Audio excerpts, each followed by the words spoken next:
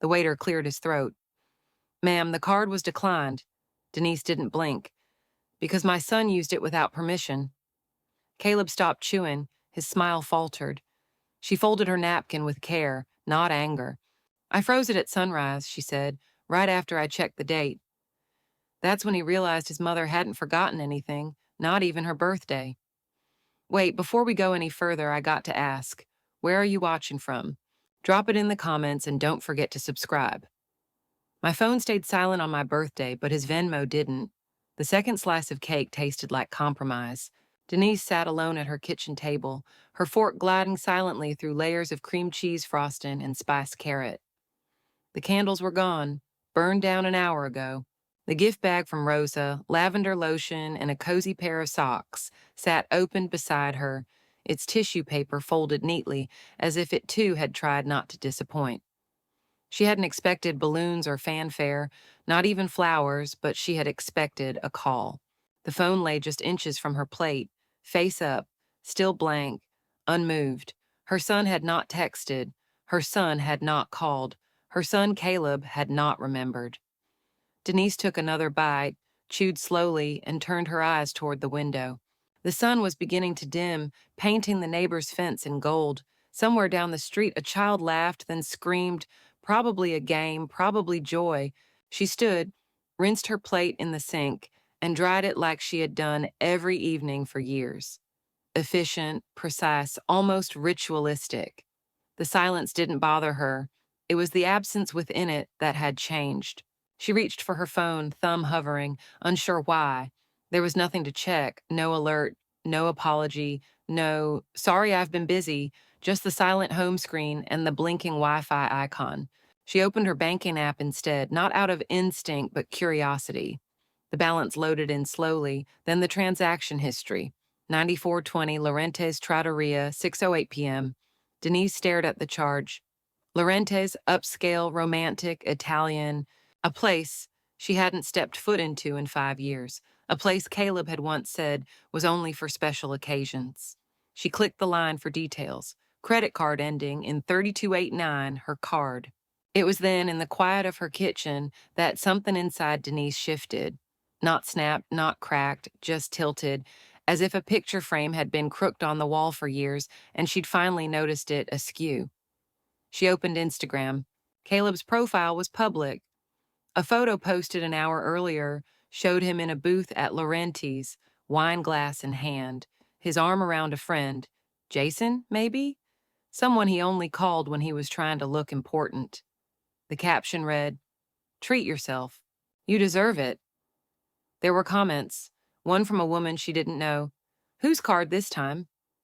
Another beneath it, "LOL, did your mom pay again?" Denise closed the app. She stood there holding her phone, unsure whether to laugh or drop it. Her jaw tightened, but her face remained still. Not a flicker of anger, just that same tilt, something that could be straightened or something that could fall. She opened her banking app again, navigated to card controls. "Freeze card? Are you sure?" The button glowed at the bottom of the screen. Her finger hovered, one tap and it would stop. No more surprise dinners, no more forgotten birthdays paid for by someone else's account. No more being remembered only by the numbers she carried instead of the years she gave. She didn't press it, not yet. She clicked cancel and let the screen fade to black.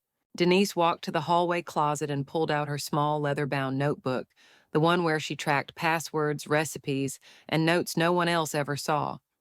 She flipped to the last empty page. She wrote, March 22nd, birthday. No call from Caleb, no message. $94.20 charged at Laurentiis, 6:08 p.m. His post, treat yourself. Comment, did your mom pay again? She tapped the pen twice against the margin, then underlined one word at the bottom. Remember. In the other room, the air conditioner kicked on, a small familiar hum. Outside, the sky had turned a muted blue, evening folding over the neighborhood like a soft, unspoken apology. Denise turned off the kitchen light, placed the notebook in her drawer, and walked down the hall. Her phone buzzed once. She didn't check it. Denise taps freeze card, but doesn't press confirm yet. He forgot my birthday, but remembered the PIN I never gave him. The glow of the phone screen lit Denise's face long before the sun rose. She hadn't slept, not really. Her body had lain still under the covers, but her thoughts had moved restlessly across memories, numbers, and silence. When she finally gave up on pretending to rest, the clock read 5:12 a.m. She made tea instead of coffee, chamomile, studying, sitting at the kitchen table again. She opened Instagram. She knew what she was looking for. What she wasn't prepared for was how easily she found it. There it was, posted late last night, Caleb in a booth at Laurenti's, half a cocktail in hand, his head tilted back mid-laugh. The glass sparkled. The table was crowded with plates, pasta, oysters, calamari, and behind him blurred lights from a dessert tray. The caption read, "Treat yourself. You deserve it." Denise didn't react. She stared at the photo, studied the way Caleb's jaw was slightly clenched even while smiling, the way he always posed like he had something to prove. A man trying to look casual but never looking relaxed. She tapped to read the comments. Most were heart emojis, a few fire symbols. Someone named Jordan said, "Let's go." Then she saw it, a short comment from a username she didn't recognize. "Did your mom pay again?" No one had responded. No one needed to. The question didn't need confirmation. It was a statement dressed as a joke. Denise sat very still. She reached for her mug and sipped. Warmth bloomed in her mouth but didn't reach her chest. She opened her banking app again. The same card listed at the top, ending in 3289. Her transaction list loaded. One new entry she hadn't noticed before. A coffee shop charge at 11:42 p.m., 6:35s. Denise's thumb hovered again over the freeze card option. She didn't press it. She pressed details instead, then scrolled to device access under security. 3 devices were listed.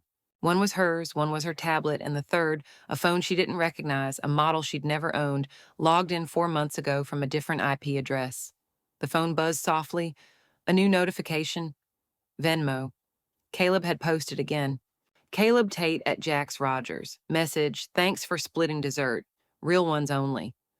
She stared at the transaction. The amount was small, less than $10, but the tone wasn't.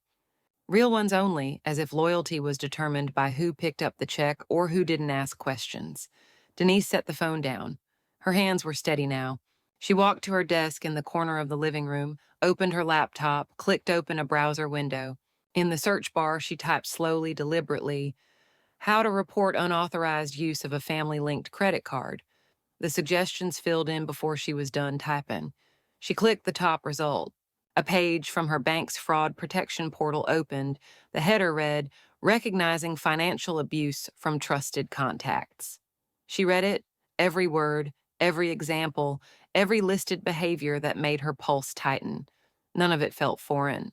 In the next room, the refrigerator clicked on.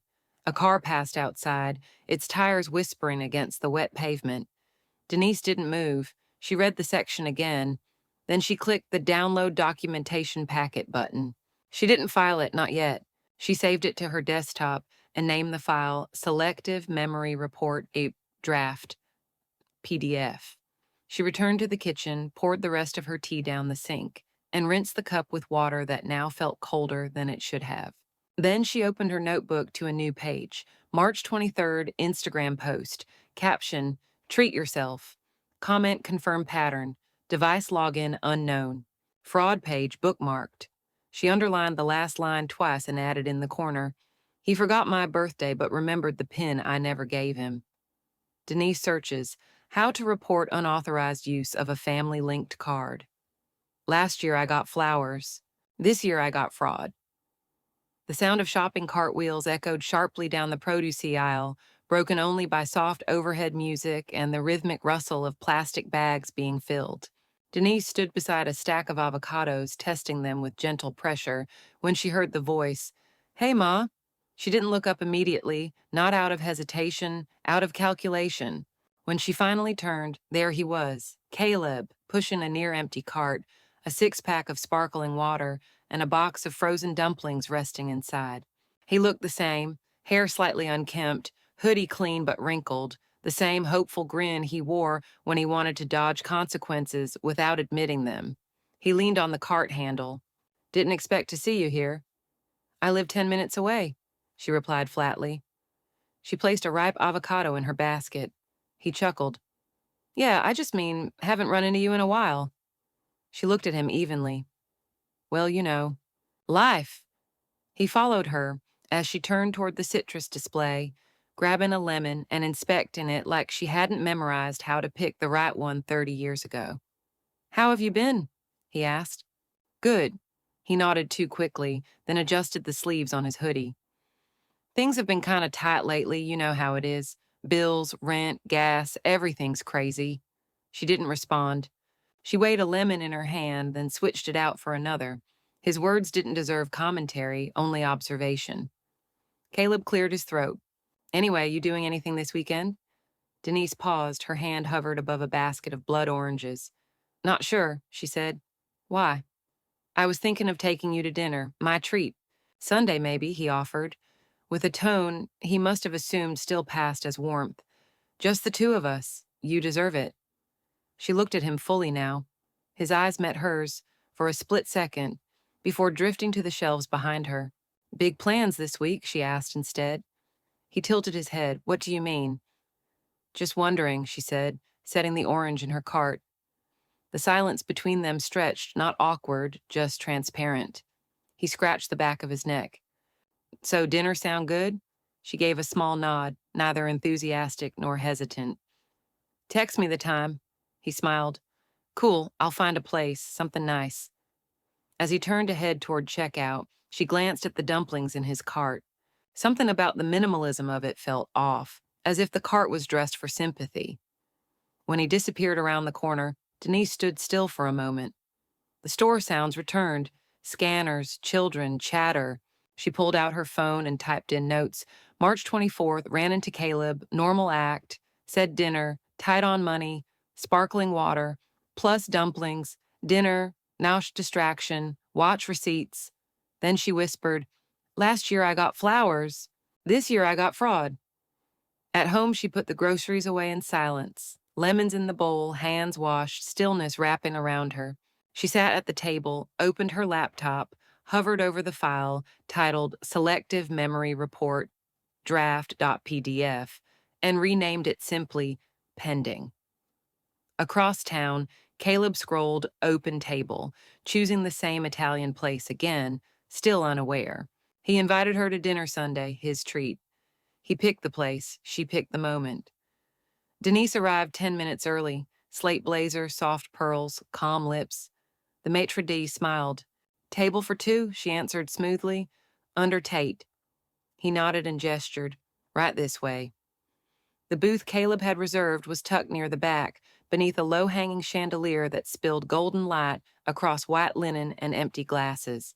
She slid into her seat with practiced grace, folding her napkin carefully into her lap. The waiter approached. Would you like something to drink while you wait? Water's fine for now, she replied. He won't be long. Caleb was 15 minutes late. When he did arrive, it was in a rush of cologne and confidence, like tardiness could be wiped away with charm. Hey, Ma, he said casually, leaning in for a one-armed hug that barely grazed her shoulder. She didn't rise. You look nice, he added, glancing at her necklace as he slid into the seat across from her. She offered a soft, thank you, and nothing more. He opened the menu, already halfway through flipping pages. Man, I've been craving the calamari here for weeks. And their burrata? Unreal. Before she could respond, he flagged down the waiter. We'll do the grilled calamari, the burrata, and, he scanned the wine list. A glass of the house red. The waiter nodded, jotting it down. And for you, ma'am? Denise lifted her eyes. Just the water. The waiter left. Caleb didn't notice the shift in her expression or the restraint behind it. He leaned back. I've been meaning to do this, just us. Things have been crazy lately. Work's been a nightmare, you know how it is. She didn't nod. She didn't frown. She just let the silence settle until he filled it again. I meant to call earlier this week, he continued, but Sunday dinners were always our thing, right? Our thing, she repeated quietly. Before she could say more, the appetizers arrived. Caleb dove in, tearing bread, scooping cheese, eating like someone who'd always been faster than the bill. Denise took one bite, slow and deliberate, letting the briny olives ground her. She studied him. How fast he moved, how little he noticed. A man used to take him before being questioned. Halfway through the second plate, the waiter returned. "Still sparkling water for you?" he asked Denise. She nodded. Then he turned to Caleb. "And will you be using the same card as last time?" There it was, not a confrontation, just a sentence dressed like routine. Caleb froze, fork suspended. Denise smiled, quiet, steady, unreadable. "What?" he asked, tone already tipping defensive. The waiter fumbled. "Apologies. Last time was a black card ending in 3289. I just assumed." Caleb glanced at Denise. She didn't speak. She simply set her glass down and folded her hands neatly in her lap. The waiter looked between them, eyebrows raised politely. "I can come back." "No need," Denise said. Her voice was calm. "We'll let you know when we're ready." The waiter nodded and stepped away. Caleb opened his mouth, but Denise was already looking past him, scanning the restaurant as if nothing odd had happened.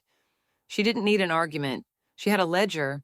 Denise smiles as the waiter says, "Same card as last time." He picked up his phone when the waiter came. I picked up my app.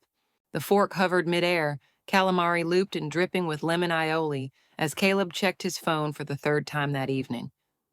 "You know what's wild?" he said, chewing between sentences. "People still think I'm the type to be taken care of." Denise didn't respond. She was watching his thumb swipe across his screen. Casual, practiced. A flick of movement, then a subtle nod toward the waiter passing behind him. It was tiny, barely noticeable, but it wasn't meant for her to notice, only the waiter. The server returned within moments, offering Caleb a practiced, discreet smile. "All set with the main course?" Caleb gestured toward Denise.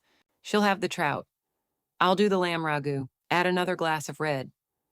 "Of course, and for the card, same as earlier?" Before Denise could lift her water glass, Caleb gave the same slight gesture again. Not a word, just expectation, entitlement, masquerading as efficiency. Denise reached into her purse, not for her wallet, for her phone. One tap brought up the banking app. Her thumb hovered over the button she had studied 3 nights ago. Card ending in 3289. Status active. Beneath it, freeze card. She didn't hesitate this time. Tap. A soft vibration confirmed the freeze. Done. She locked the phone, placed it on the table, and resumed sipping her water like nothing had changed. Dinner arrived 20 minutes later. The trout was perfect. Crispy skin, fragrant herbs, the kind of dish you'd savor on a special night. Caleb barely noticed. He was distracted, checking his phone again, half reading notifications, then slipping it back into his hoodie pocket. The conversation thinned into silence, only broken by the occasional clink of silverware. Denise didn't mind. Silence was easier than lies. When the plates were cleared, the waiter returned with a polite smile and a leather-bound folder. "Here you are," he said. "Just the one check?" Caleb nodded, reaching for the folder before Denise could move. He opened it confidently, pulled out the black card with her initials in silver, handed it over. The waiter took it with a nod and disappeared. Denise folded her napkin slowly, waited. 3 minutes later, the waiter returned, brow furrowed just enough to be apologetic, not accusatory. "I'm so sorry, sir. The card was declined. It says it may be frozen." Caleb's face shifted from practiced charm to visible confusion. "Wait, what?" Denise looked up, calm as a church bell. "Oh," she said, tilting her head slightly. "I must have frozen it by mistake." He blinked. "You what?" She reached into her bag, pulled out a neatly folded wallet, and slid out 2 crisp 20s and a 10. "Things happen." She placed the cash on the table with surgical precision. The waiter glanced between them, unsure whether to linger or vanish. "Would you mind splitting the check?" Denise asked with the sweetness of someone confirming an appointment. The waiter nodded quickly. "Absolutely. Right away." Caleb stared at her, jaw slightly open, words forming behind clenched teeth but going nowhere. Denise didn't feel the silence. She just waited. A moment later, the waiter returned with 2 separate receipts. Denise paid hers. Caleb pulled out his own card, one Denise hadn't seen before, and swiped it quickly. Approved, but barely. The waiter thanked them and left. Caleb stared at his receipt. Denise folded hers and placed it in her purse. Well, she said, rising from her seat, that was lovely. Ma, Caleb said, his voice a whisper of warning, why would you freeze your card? What's going on? She smiled gently. I just figured it was time I stopped paying for things I didn't agree to.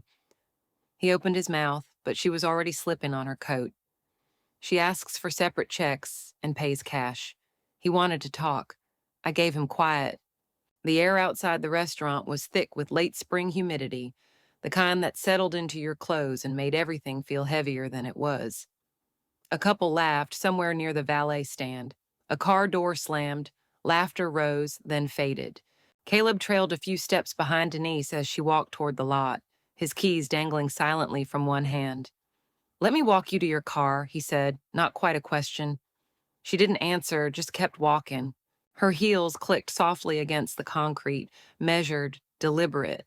She passed 2 rows of cars before stopping at her silver sedan. I'm parked over there, Caleb said, gesturing vaguely. Didn't realize we were this far apart. Still, she didn't respond. He scratched the back of his neck. You good? She turned then, keys already in hand.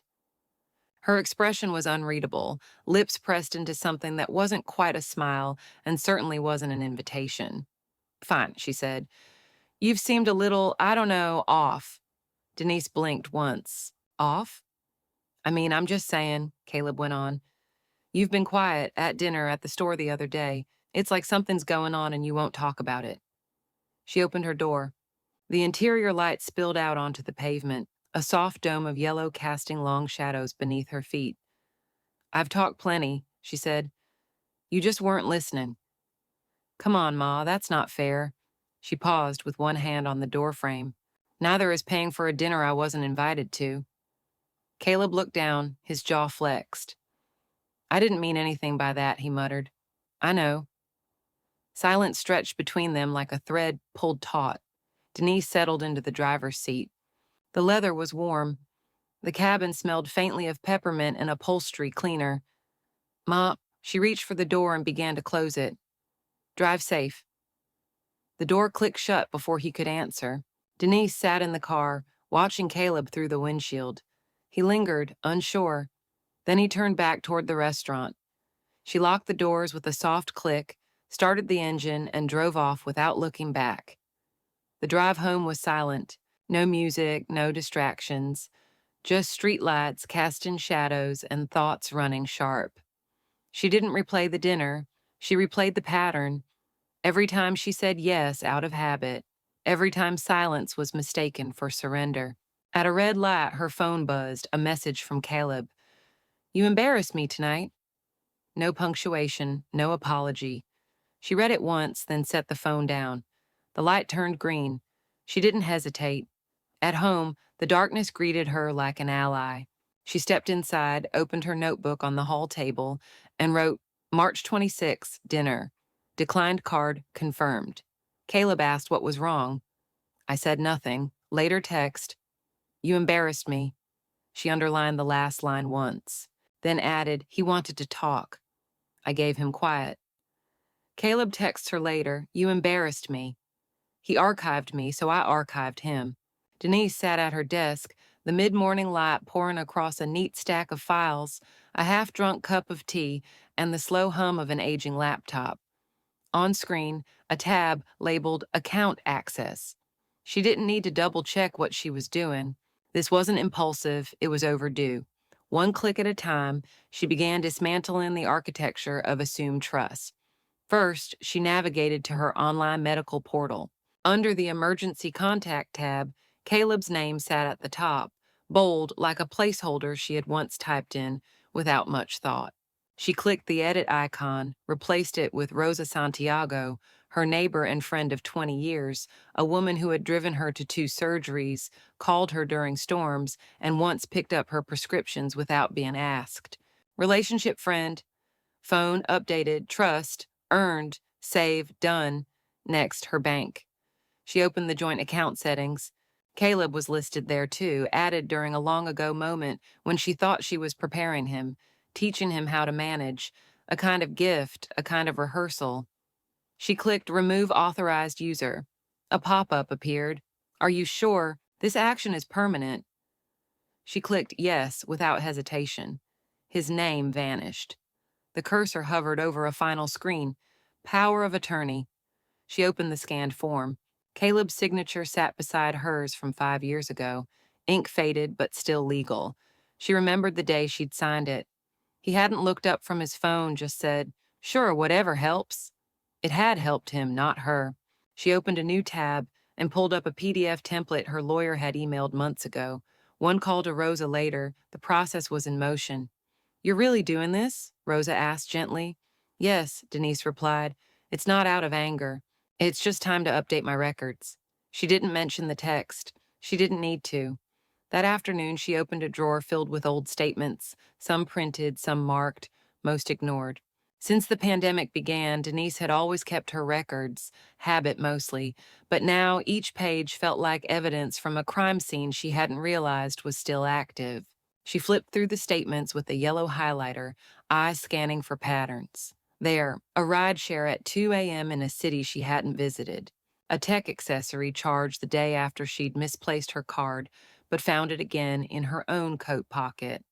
2 streaming services she never subscribed to. 9 charges in total, scattered across the last 16 months. Each one small enough to seem forgettable, but cumulative theft is still theft.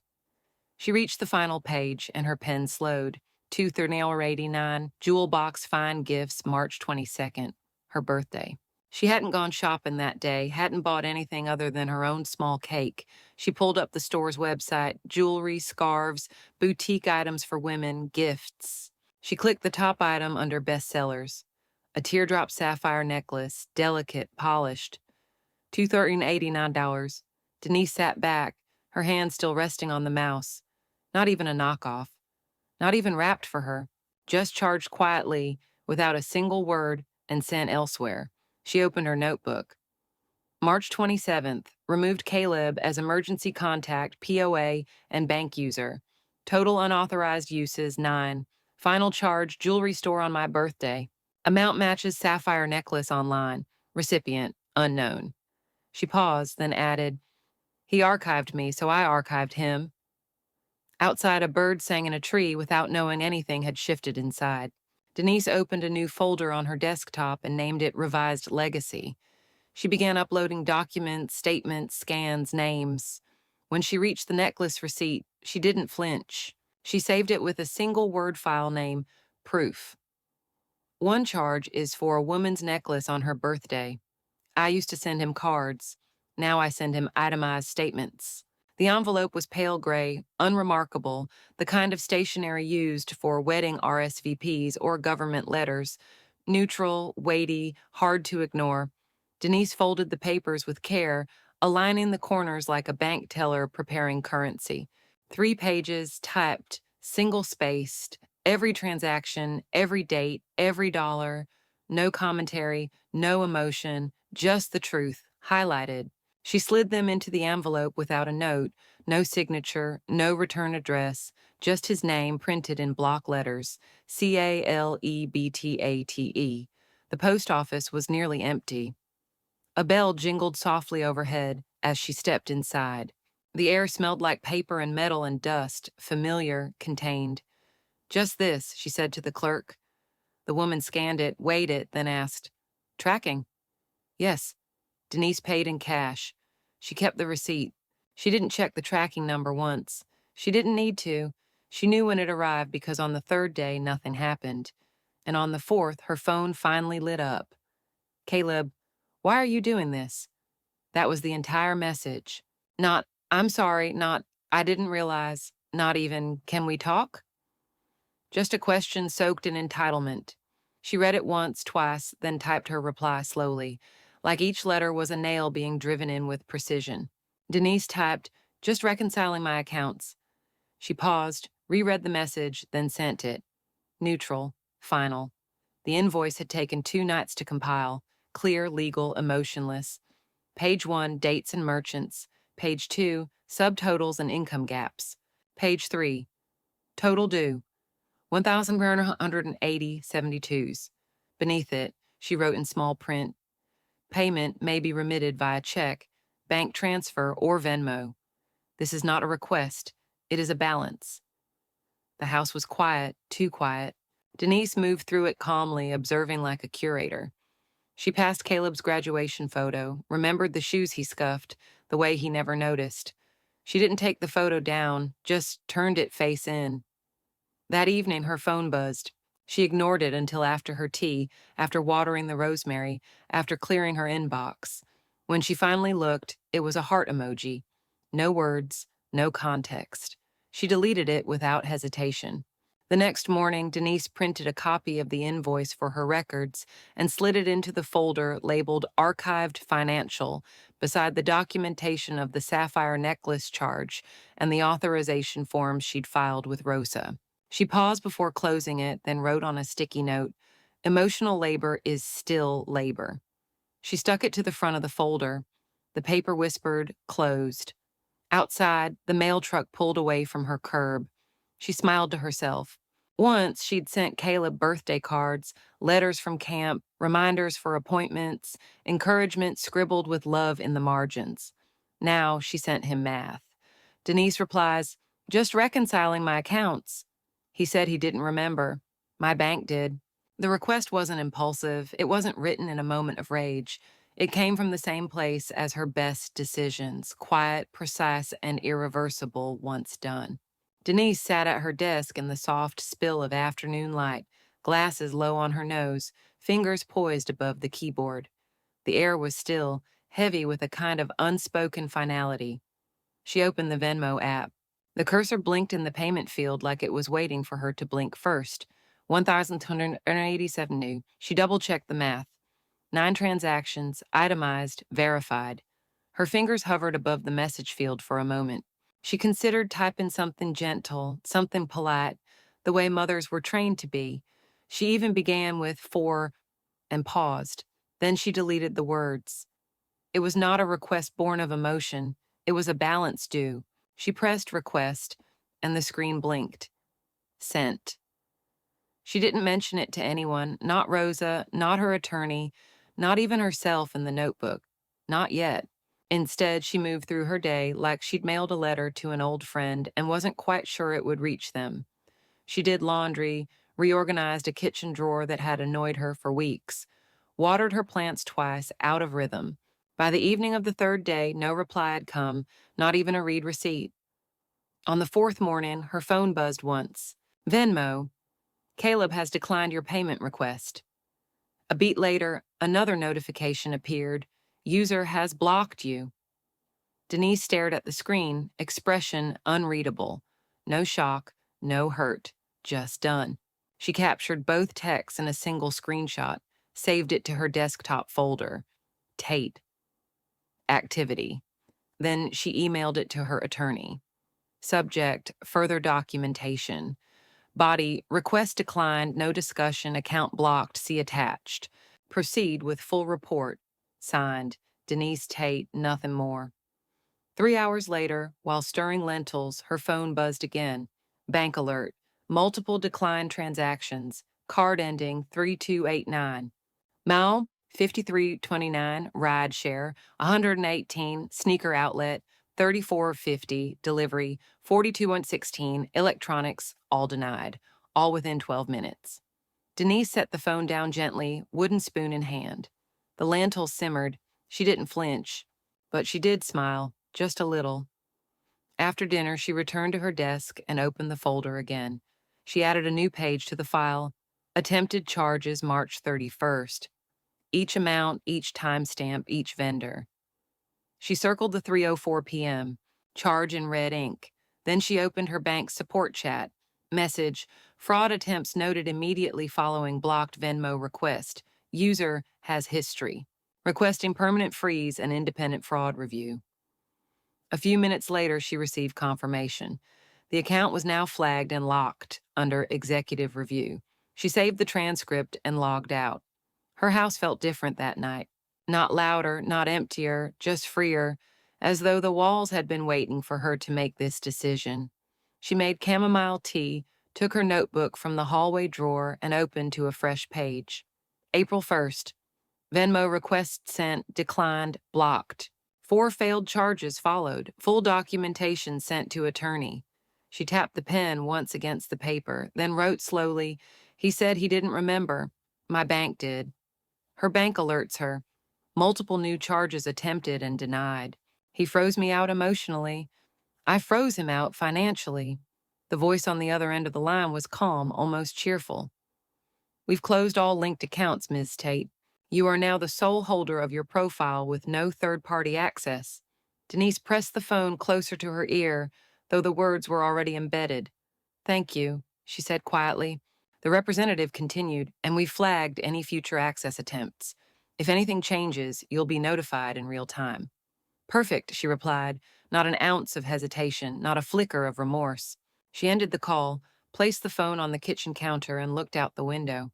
The sky was clean blue. A breeze moved through the tree branches like someone exhaling slowly. Everything was still. She liked it that way. She was pouring herself a second cup of tea when the doorbell rang.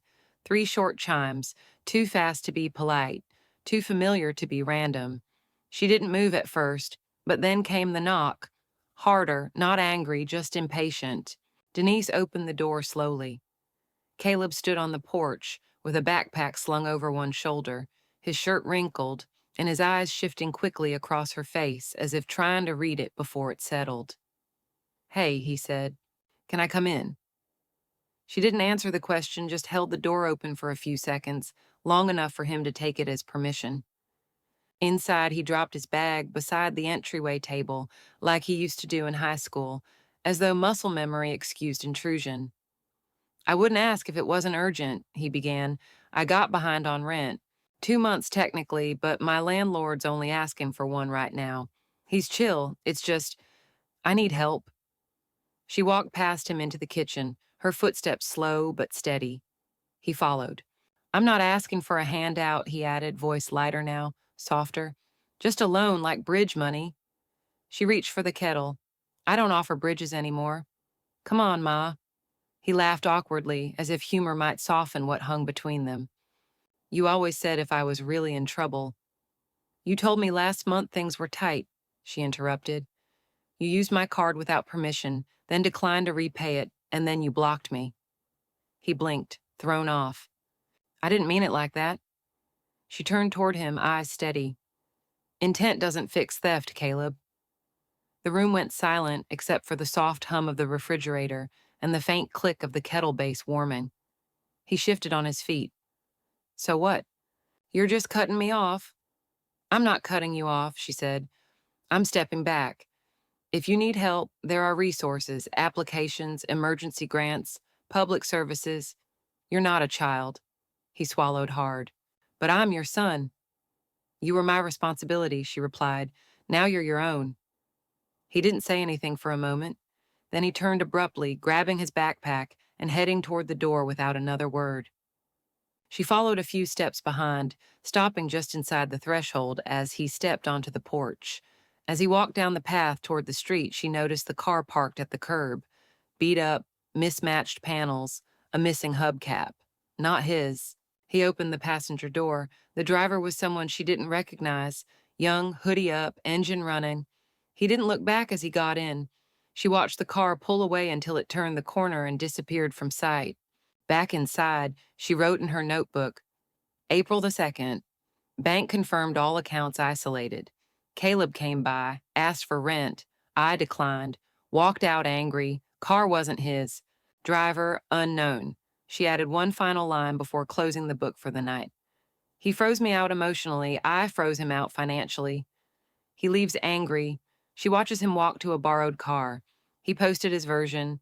I added a receipt. The message came through at 8:14 p.m. on a Wednesday, an hour when the house had gone quiet and the tea kettle had just finished its sigh.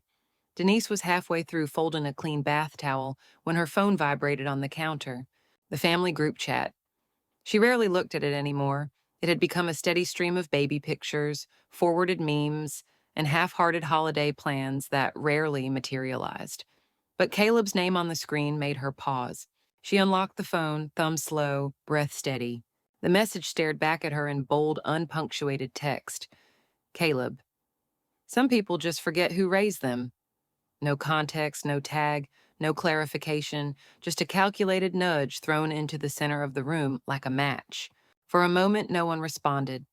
Not Aunt Leanne with her endless emojis, not his cousin Jared, who usually answered within seconds with some joke or joke-adjacent commentary.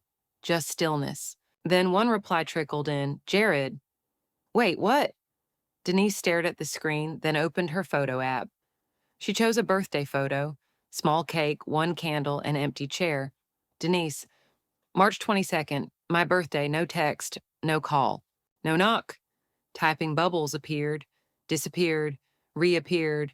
Nothing came through. Then she posted the second photo, a clean screenshot of a 9347 charge. March 22nd. Caleb Tate, authorized user. No caption, just truth. The chat fell silent like a family room gone cold. Typing bubbles, Aunt Leanne. Pause, then Aunt Leanne. He did what?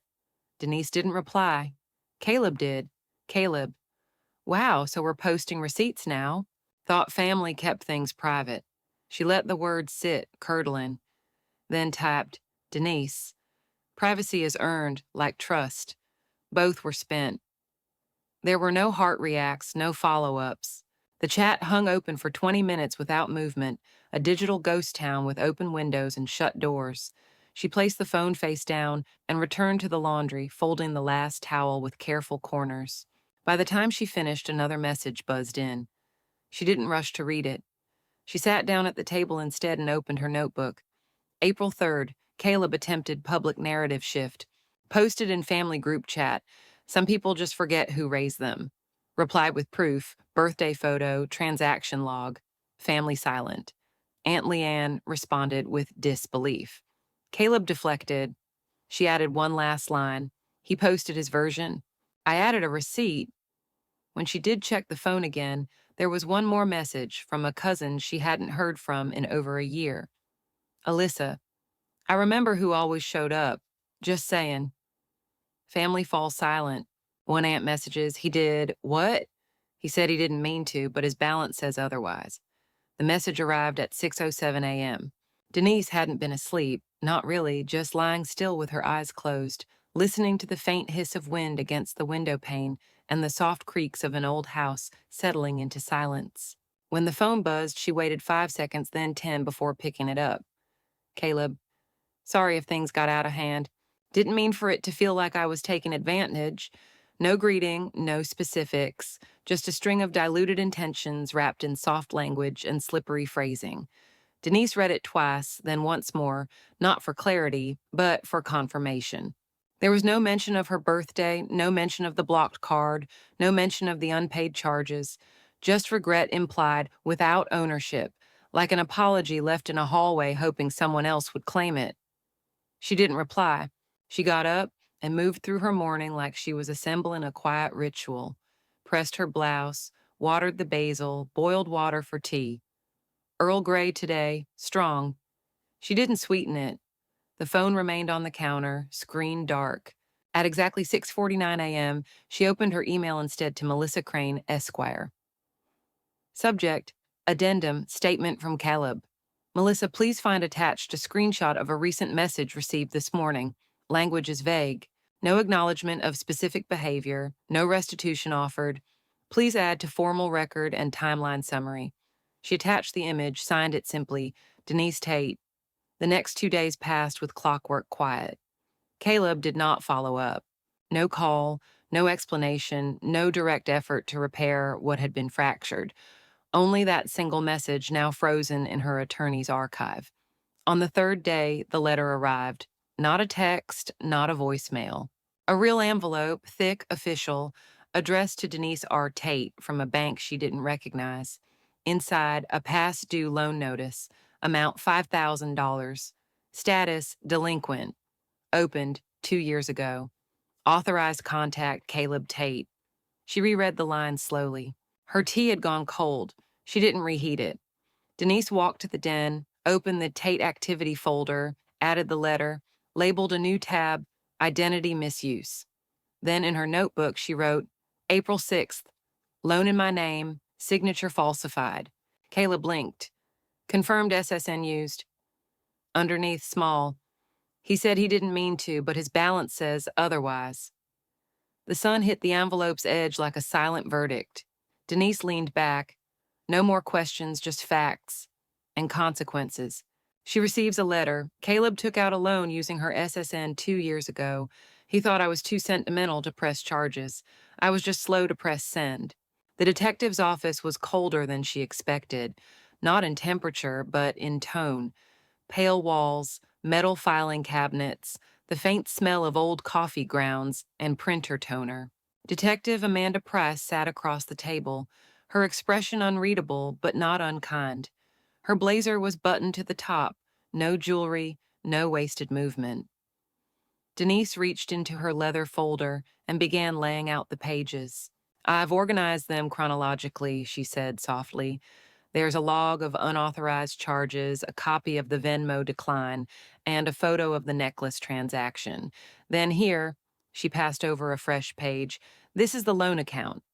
It was opened 2 years ago. That's my name, my social security number, my address. Price nodded once, already reading. And you never opened this account yourself? I've never had a loan with this bank, and I've never needed one. She slid over her notebook next, each page marked with tidy dates and shorthand summaries. Did you confront him about it? No, Denise said. Not after the letter. I stopped warning him a long time ago. The detective took her time. She flipped through each document with careful attention. Denise watched the woman's eyes scan, shift, pause. Occasionally, she made a note on a yellow legal pad. How long has this been going on in total? Price asked without looking up. Over 2 years, but I only started documenting last month. That's a long time to wait. Denise folded her hands. It takes time to be thorough and to be believed. There was a long silence between them, not awkward, just deliberate. Then Price leaned back, pen resting in her fingers. We can open a formal case today. I'll need to file a full fraud affidavit and request bank subpoenas. From what I'm seeing, this isn't petty misuse. This is felony-level identity theft. Denise nodded. Her expression didn't shift. Will I be notified, she asked, when we move forward? Yes, and when he's served. It took 2 more meetings, one by phone, one over a secure video call. Denise walked through every date, every charge. The detective asked precise questions, never wasting a word. Each time Denise was prepared, quiet, firm, composed. On the final call, Detective Price confirmed what Denise had expected but still felt strange to hear. We'll be issuing notice by the end of the week. It will be hand-delivered. He'll be informed of the pending investigation, and you will be listed as the reporting party. There was a pause on Denise's end. Then, finally, she spoke. He thought I wouldn't do this. He's not the first, Price said. But that's how fraud works. They count on your silence. Denise didn't sleep that night, not from worry, but from clarity. She sat by the window in her living room with a cup of chamomile, watching the wind shuffle through the trees. The street was still, every porch dark except hers. At exactly 7:48 the next morning, she received an email. Subject, notice of service. Body, Caleb Tate has been served. Case number 14873FT now active. Additional documentation will follow. Please do not engage directly. There were no flourishes, no dramatics, just facts. Denise placed her hand on the notebook beside her and opened to a clean page. April 9th, met with detective, filed affidavit, provided full records, case opened.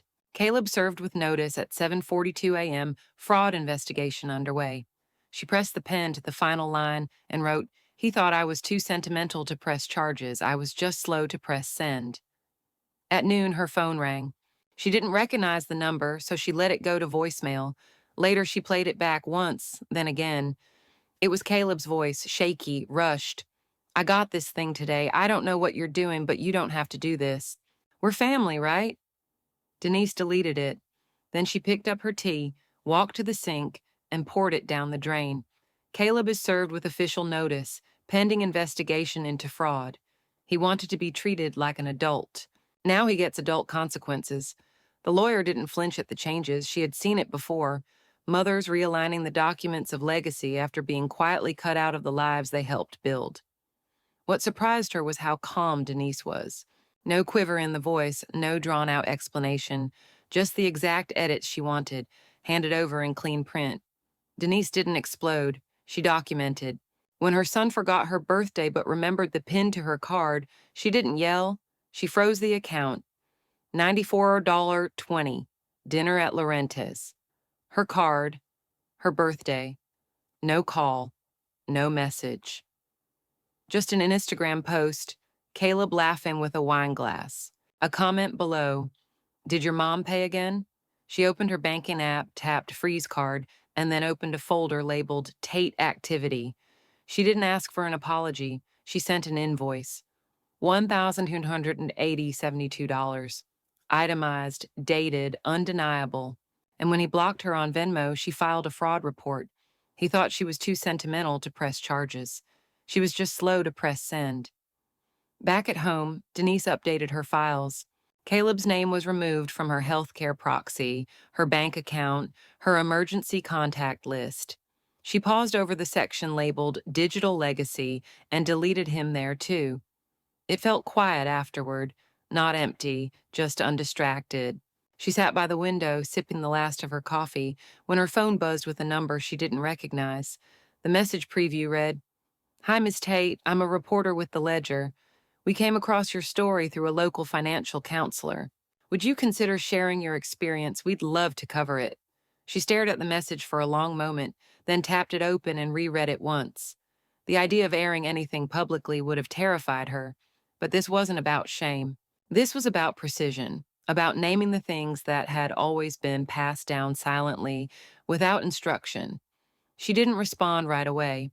Instead, she opened her notebook and wrote, April 14th, will updated, legacy realigned, community scholarship created, first group talk completed, felt useful, not used.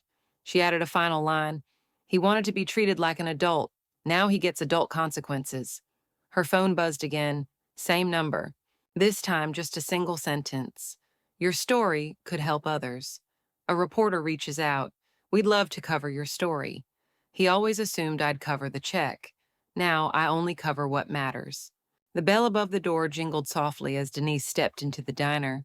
It was a narrow little place on the corner of 8th and Monroe, the kind of restaurant that hadn't updated its menu in 20 years, but where the coffee never tasted burnt and the waitstaff called you hon without irony.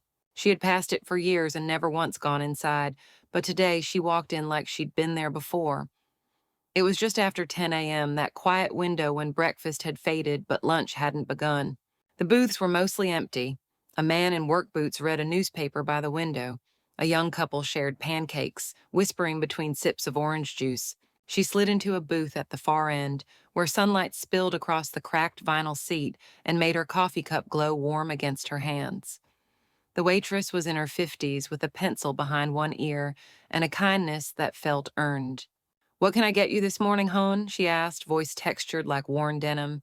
Denise looked up from the menu but didn't need it. Scrambled eggs, wheat toast, and a side of fruit, she said, and coffee black. The waitress smiled. Coming right up, Denise nodded. Take your time. And she meant it. As she waited, she took a worn notebook from her purse and opened it to a blank page. She didn't write anything at first. Instead, she sat in the morning stillness, listening to the low hum of conversation, the gentle scrape of utensils, and the comforting clatter from the kitchen beyond the swinging door. This was the kind of silence she hadn't known she missed. Her phone buzzed once. She didn't reach for it. There was no part of her left that needed to know what Caleb might have said or hadn't, no curiosity about whether his tone had softened or sharpened, no more running tally of what she had given versus what had been taken. That math was already done. Her breakfast arrived steaming, and she smiled her thanks. The eggs were fluffy, the toast perfectly browned. She took her time, savoring each bite like a decision that didn't need revisiting. Halfway through her second cup of coffee, the waitress returned to refill her mug. You celebrating something? She asked, glancing at the untouched phone on the table and the notebook folded shut beside it. Denise looked up, surprised by the question, but then she smiled. Not out of habit, but from somewhere steady. Yes, she said, freedom, financial and otherwise. The waitress grinned, not pushing for more, just gave a small, knowing nod. I like that, she said. You let me know if you want pie. First slice is on me. Denise laughed. Maybe next time. She finished her meal, placed the exact amount in cash on the bill, then added a generous tip, more than 20% more than expected, because when you know the cost of your time, you start paying others what they're worth too. She stood, slowly, not rushed, and walked to the door. Before she stepped out, she glanced back once, not at the people, but at the table. Nothing left behind, no bill unpaid, no unfinished conversations, no one waiting. Just a clean booth, sunlight, and space. Outside, the air had warmed. Spring had taken full hold, and with it came a breeze that lifted the corners of her coat and made her feel new in her own skin. She didn't go home right away. She walked the long way back through the park, past benches she'd once pushed Caleb toward as a toddler, past the duck pond where he'd thrown breadcrumbs and laughter with equal abandon. That version of him felt far away now. She didn't grieve it. She remembered it, then let it pass. Later that afternoon, back at home, she opened her notebook again. April 18th, breakfast alone, diner on Monroe, paid in cash, tip generous. First meal in a while that didn't feel like a transaction. She paused, then wrote the final line of the page. He forgot my birthday. I remembered how to protect myself,